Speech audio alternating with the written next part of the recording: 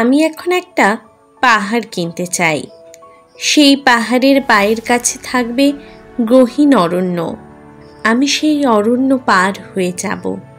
তারপর শুধু রুক্ষ কঠিন পাহাড়, সে রুক্ষ হোক কিংবা সবুজে ঘেরা, রোদ ঝলমলে অথবা কুয়াশা মাখা, পাহাড় কিন্তু কখনোই আমাদের কাউকে হতাশ করে না।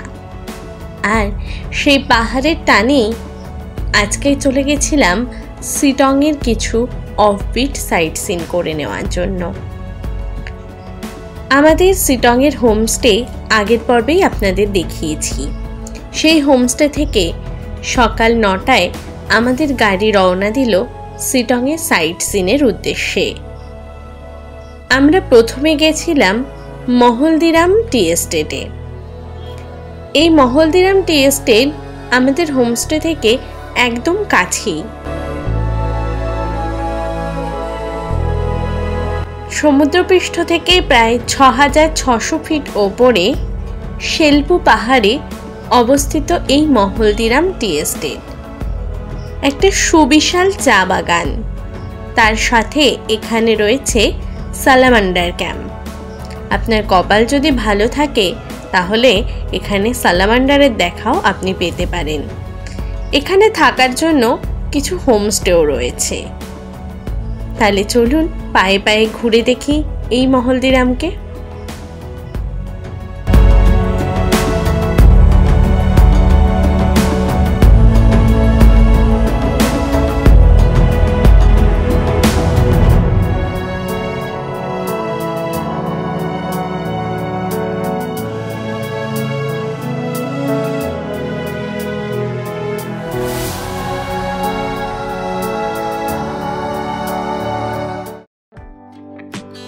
পরের গন্তব্য ছিল আই লাভ শিটং লেখা জায়গাটি। শিটংয়ে এসে প্রায় সকলেই এই জায়গাটিতে আসেন। কিছুটা পায়ে হেঁটে ওপরে উঠলেই শিটংয়ের খুব সুন্দর একটা ভিউ পাওয়া যায়।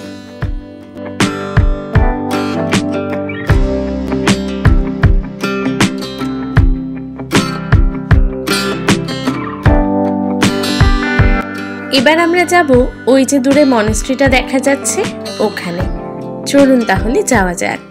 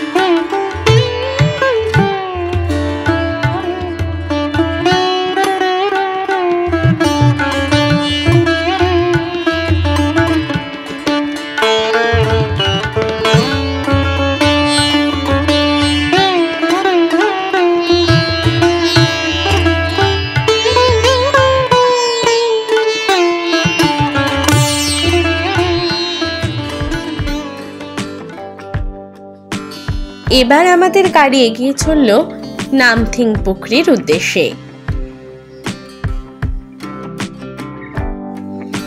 গাড়ি থেকে নেমেই প্রথমে চোখে পড়ল হনুমানজির এত বড় একটা স্ট্যাচু আর চারিদিকে পাইনে ঘেরা অরণ্য। কুয়াশা মাখা এই পাইন ঘেরা অরণ্যের মাঝখান দিয়ে এই জায়গাটা কিন্তু দারুণ লাগছিল।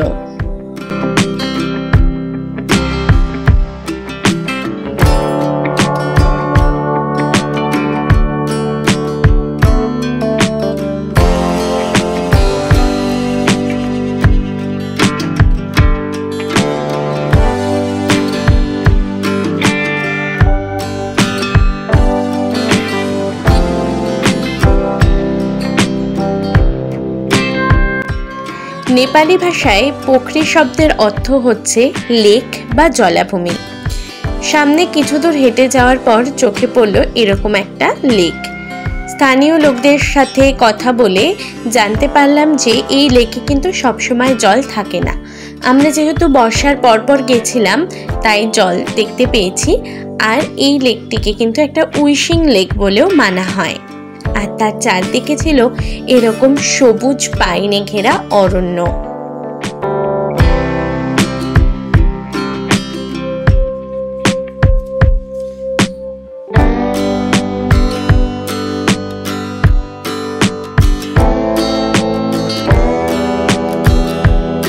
শিটংকে বলা হয় কমলা লেবুর দেশ। এবার সেই কমলা লেবুর বাগান দেখতে চললাম আমরা। আর এই রাস্তায় কিন্তু দেখতে পেলাম শিটংয়ের অনেক হোমস্টে। আমরা ছিলাম একদম আপার শিটংয়ে। এবার নেমে আসলাম কিছুটা নিচে। এই জায়গা দিয়েও কিন্তু অনেক হোমস্টে রয়েছে। এই হোমস্টের দুপাশে এরকম কমলা লেবুর বাগান রয়েছে। এই কমলা লেবু দেখাতেই আমাদের ড্রাইভার এবার আমাদের নিয়ে গেল একটি জায়গায়। এই কমলা লেবুগুলো আপনারা যদি নভেম্বর ডিসেম্বর মাসে আসেন তাহলে তখন একদম কমলা রঙের কমলা লেবু পাবেন।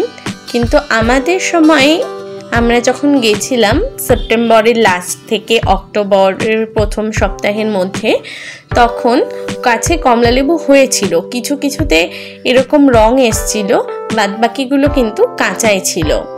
এই কমলা লেবুগুলো একটু ছোট সাইজের হয়, দার্জিলিংয়ের লেবু যেরকম, কিন্তু খেতে নাকি দুর্দান্ত মিষ্টি।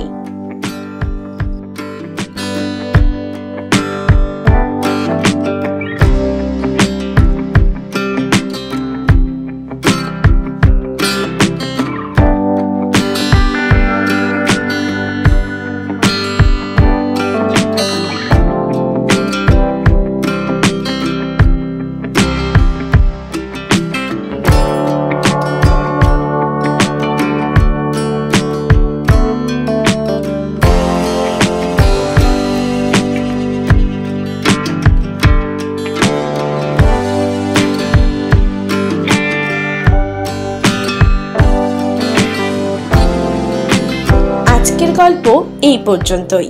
শিটংয়ের বাকি জায়গার ভিডিও আসছে খুব তাড়াতাড়ি। ততক্ষণ সকলে ভালো থাকবেন, সুস্থ থাকবেন।